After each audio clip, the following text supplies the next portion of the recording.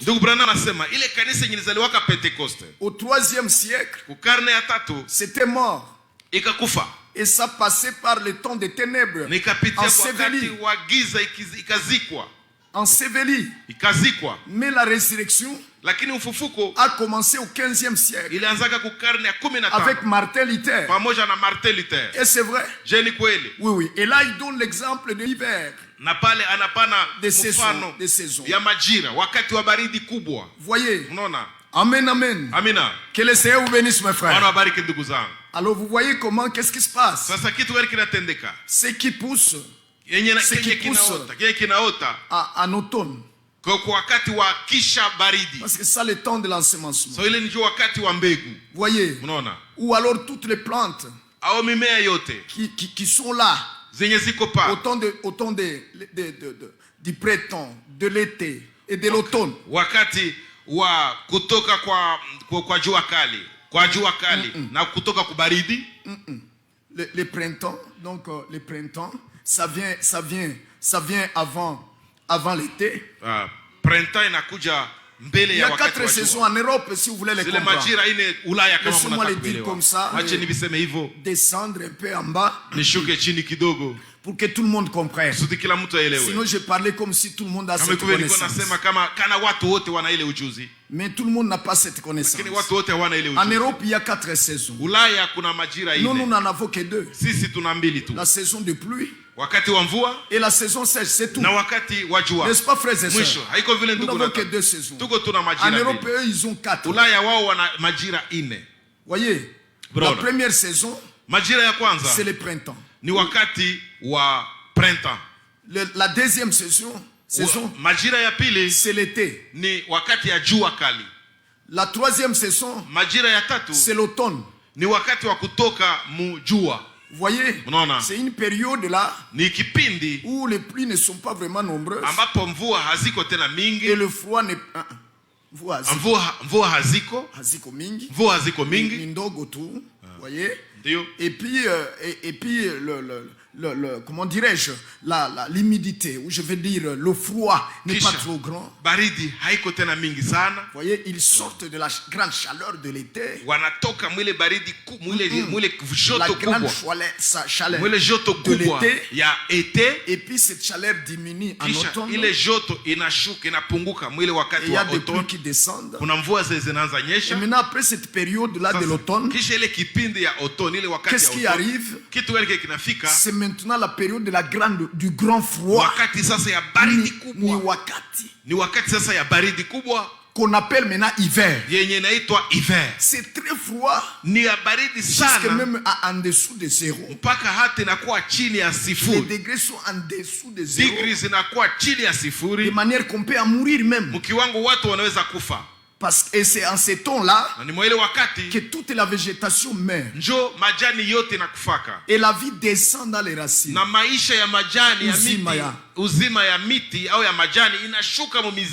Voyez. Et ici à haut, vous ne pouvez plus voir la verdure. Tu ne peux plus voir la verdure. Tout est enseveli par la neige. C'est enseveli sous les neiges. Et on ne peut plus rien voir. Et même si vous creusez jusqu'au sol, il n'y a aucune verdure. Tout est mort. Mais ce n'est pas exterminé.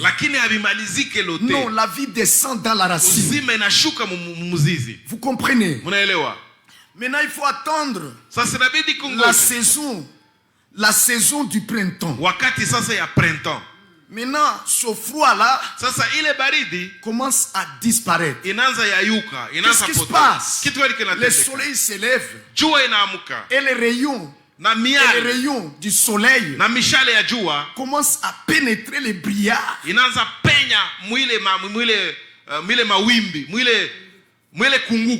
commence à pénétrer et sa chaleur touche même la neige qui a couvert le sol. Ça touche la neige qui couvrait le sol. durant l'hiver. Et maintenant, par la puissance des rayons solaires et cette chaleur des rayons, n'est-ce pas? Alors ces neiges commencent à fondre. Ça commence à fondre.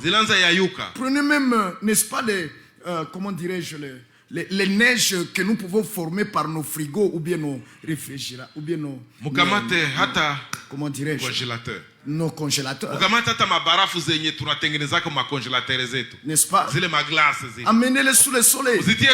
Ça va fondre et devenir de l'eau. C'est ça la puissance du soleil. Alors maintenant quand le soleil commence à venir,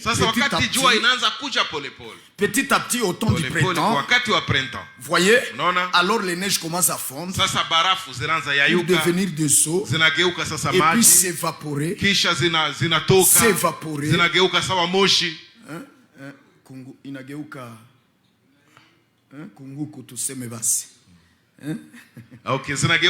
et ça monte, et ça monte, et ça va rester là-haut, et puis le sol on va commencer à le voir petit à petit, et c'est en ces temps-là que la vie des plantes par les rayons solaires commence aussi à monter. Ça commence aussi à monter, et puis la feuille sort, la première feuille, et puis ça continue jusqu'à ce que toute la plante revienne. Quoi? La résurrection. Alléluia. C'était mort et enseveli en temps d'hiver. Ça ressuscite au printemps. Gloire à Dieu. Et à l'été au moisson. C'est comme ça que ça se passe. Et c'est comme ça que ça s'est passé avec l'église de Jésus-Christ notre Seigneur. Au 3e siècle, l'hiver est entré.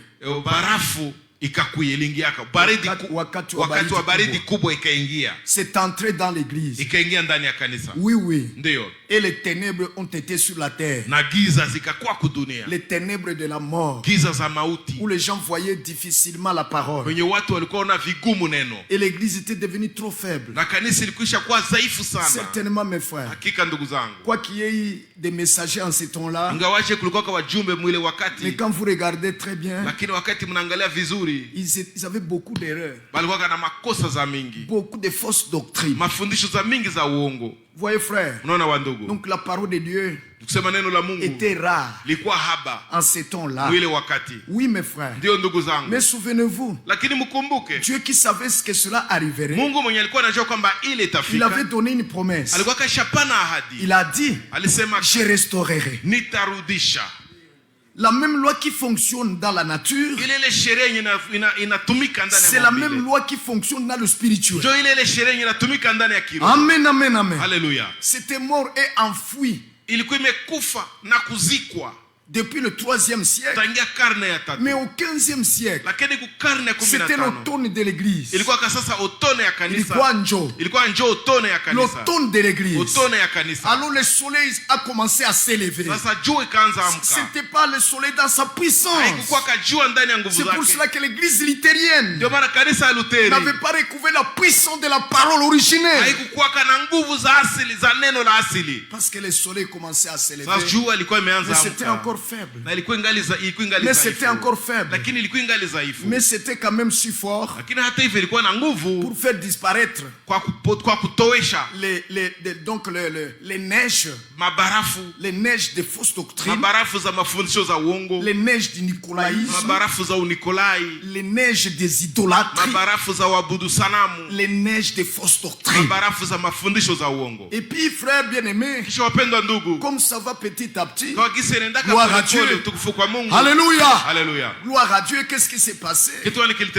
Wesley est venu après. Il était venu aussi après Luther. N'est-ce pas, frère? Et puis bon, c'était toujours l'automne. C'était toujours l'automne. Oui. Wesley, c'était aussi l'automne. Mais c'était plus fort que l'église luthérienne. C'était un autre degré des rayons solaires de la révélation de la parole de Dieu. Vous savez que le soleil dont il est question dans le spirituel, c'est le soleil de la justice qui est Jésus-Christ. Et il est la parole qui donne la lumière de la vie pour faire vivre nous les planteurs. C'est ce qui s'est passé, mes frères. Oh là là. J'espère que vous l'avez vu. Est-ce que vous le voyez comment ça s'est développé? Je n'ai pas oublié Ézéchiel 37. La vallée d'Osma. Je vais y revenir. Amen. Maintenant, qu'est-ce qui s'est passé? Il fallait que le temps de la moisson arrive. Gloire à Dieu. Et toute la parole a été restaurée. Mais s'il vous plaît, nous attendons la pluie de l'arrière-saison qui tombe avant la moisson. C'est-à-dire avant l'enlèvement de l'église. C'est ce qui va arriver. Est-ce que vous comprenez cela? Parce que la moisson se fait en été. Excusez-moi. En rapport avec la moisson, quand vous lisez Jean chapitre 4, verset 35, le Seigneur Jésus dit aux gens qu'il entendait, il a dit, ne dites-vous pas, il ne reste que 4 mois et il y aura la moisson. Il dit, mais moi je vous dis, levez les yeux et regardez les champs. Voyez comment les champs ont blanchi, prêt à être moissonné, prêt à être moissonné. Est-ce que vous comprenez? Quelle est cette moisson? La moisson, c'était alors la descente de la Pentecôte. Est-ce que vous comprenez? Laissez-moi rentrer dans les fêtes de Dieu qui sont dans Lévitique 23 depuis le premier verset. Et aussi ça y est dans Deutéronome chapitre 16. Depuis le premier verset, vous lisez en ensemble. Il y a la fête de Pâques. Il y a la fête des pains sans levain. Il y a la gerbe agitée. Et après, dès la gerbe agitée, on comptait 7 semaines. N'est-ce pas? Pour avoir 49 jours. N'est-ce pas? Et au lendemain du 49e jour, c'était la fête de la Pentecôte. Ça s'est appelé au fil du temps Pentecôte. Au fil du temps. Mais dans les temps, ça s'appelait fête de la moisson. Est-ce que vous comprenez? C'était la fête de la moisson. La moisson de blé. Amen. Est-ce que vous comprenez, frère? La moisson de blé qui s'est différenciée de la récolte à la fin de l'année. Voyez? Il y avait quelque chose d'autre. Il y avait aussi d'ailleurs une autre fête de la récolte qui tombait à la fin de l'année. Oui, frère. Et c'était en septembre. Même aujourd'hui en Israël, cette fête de la récolte est célébrée. Dans le judaïsme. S'il vous plaît, frère, écoutez cela. Et ça sera la même chose avec nous. D'abord, l'église est enlevée. Est-ce que vous comprenez? Et puis à la fin là, à la fin du monde. Maintenant c'est la récolte de toute autre semence. Est-ce que vous comprenez? Que le Seigneur vous bénisse beaucoup. Donc ces fêtes c'était des prophéties. En type. Vous comprenez? La Pâque, notre Pâque c'est Christ qui a été immolé, n'est-ce pas, frère? Amen.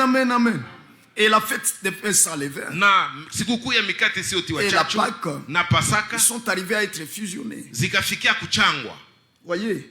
Et on les appelait soit Pâques, zilikuwa zinaitwa labda au Pasaka ou pain sans levain, c'est tout. Mkate usiotia wachachu mwisho. La Pâque tombait le 14e jour du mois d'Abib au soir. Pasaka ilikuwa inafikia kusiku ya 14 ya mwezi wa Abibu magharibi. Certainement. Hakika. Et le 15e jour le matin, na siku ya 15 sasa asubuhi, commençait la fête des pains sans levain. Ilikuwa inaanza sasa sikukuu ya mikate isiyotiwa chachu. Est-ce que vous comprenez? Je, mnaelewa? Alléluia. Alléluia. Ainsi les choses se passaient comme ça. Na hivyo vitu vikafanyika hivyo. Maintenant cette fête des pains sans levain durait 7 jours. Sasa ile sikukuu ya mikate isiyotiwa chachu ilikuwa inafaa siku 7. Au 22e jour, kusiku ya 12, c'est-à-dire au lendemain du sabbat, de la fête des pains sans levain, ya sabato ya mikate isiyotiwa chachu, c'était alors la gerbe agitée. Ilikuwa sasa mkanda uliotikiswa. C'était la prophétie de la résurrection du Seigneur. Ya ufufuko wa Bwana. Le saviez-vous? Mlikuwa mnavijua? La fête de la gerbe agitée, sikukuu ya mkanda uliotikiswa, c'était la fête de la résurrection du Seigneur. Ilikuwa sikukuu ya ufufuko wa Bwana. Pour que nous soyons agréés. Kusudi tukubaliwe. C'est pour cela qu'il est écrit dans la Bible ndio maana inaandikwa ndani ya Biblia qu'il est ressuscité pour notre justification. Alifufuka kwa ajili ya kuhesabiwa haki kwetu. Amen, amen. C'est notre approbation ni kukubaliwa kwetu par le Seigneur na Bwana, qui nous trouve comme n'ayant jamais péché kama hatuyawahi kutenda dhambi, et a cru à la Pâque. Tukishaamini Pasaka. Et a cru à la Pâque, tukishaamini Pasaka, qui est Christ notre Seigneur, ambayo ni Kristo Bwana wetu, immolé pour l'expiation de nos péchés, chinjwa kwa ajili ya et qui a été enseveli, na kuzikwa, éloigné de nous nos péchés. mbali nasi dhambi zetu. Amen, amen. Amina. Alors il ressuscite sans péché. Anafufuka bila dhambi. Gloire à Dieu. Kufufuka Mungu. Et nous trouve sans péché. Tukuta bila dhambi. Alors il nous dit, paix soit avec vous. Amani we nanyi. Il n'y a plus de condamnation pour ceux qui sont en Jésus. Alléluia. Comment vont-ils être condamnés? Comment vont-ils être condamnés? Parce que Christ a déjà été condamné à leur place. Et il a porté les péchés de leur condamnation. Et à cause de ces péchés, il a été condamné. Amen, amen, amen, amen. Gloire à Dieu. C'est ce qui s'est passé. Alors la fête de la gerbe agitée, la fête de la résurrection de notre Seigneur Jésus, pour notre justification, ceux qui croient. Maintenant il fallait compter 50 jours. N'est-ce pas, frère? Amen. Amen. Et depuis la résurrection, c'est pour arriver à la fête de Pentecôte. Vous voyez comment les choses sont vraiment bien ordonnées dans la parole. Et ça s'emboîte. Il n'y a pas de confusion. Il n'y a pas de désordre dedans. Tout est bien planifié par Dieu. Oh, gloire à Dieu. Oui, les ombres et les réalités des ombres s'emboîtent très bien. Ça s'emboîte, zinapatana vizuri. Très très bien dans les Écritures. Amen, amen, amen. Alors, la gerbe agitée et le jour de la résurrection du Seigneur. Maintenant, voyez, de la gerbe agitée à la Pentecôte, c'est-à-dire à la fête de la moisson, il fallait compter 7 semaines. N'est-ce pas? C'est-à-dire 7 fois 7 égale 49. 49 jours. Est-ce que vous comprenez? Alors au lendemain de cette semaine, c'était la fête de la moisson. Maintenant voyez la réalité en Christ. Il ressuscite le 22e jour du mois d'Abib, le jour de la gerbe agitée. Et depuis ce jour jusqu'à son ascension, il a fait combien de jours sur terre? 40 jours. N'est-ce pas, vrai frère? Et puis il leur confirme la promesse. Il dit attendez, d'ici peu, la promesse du Père sera réalisée. Vous recevrez la puissance d'en haut, nguvu kutoka juu, le Saint-Esprit survenant sur vous. Ça a pris combien de temps? Ilikamata usiku gapi? 10 jours. Siku 10. Et c'est vrai? Je ni kweli? Donc de l'ascension kusema tangia kwenda kwake mbinguni à la fête de la moisson, mpaka kusiku kuu ya mavuno, combien de jours? Siku ngapi? 40 plus 10 égale combien? Siku 10 kuongeza siku 10. 50. Siku 50. Alléluia. Les ombres vivuli avec la réalité pamoja na uhakika s'emboîtant. Vikipatana. S'emboîtant. Vikipatana 50 jours ici dans les fêtes de Dieu. Siku 50 hapa msikukuu za Mungu. Qui étaient des prophéties. Ambazo zilikuwa kama unabii. Les mêmes 50 jours. Zile siku 50. Dans l'accomplissement. Ndani ya utimilifu. Que Dieu soit loué. Mungu asifiwe. Quand Dieu dit une chose, wakati Mungu anasema croyez-la, ukiamini, car elle arrivera kitafika, sans échec, bila kukosea, sans faute, bila kushindwa, sans faute, bila kukosea.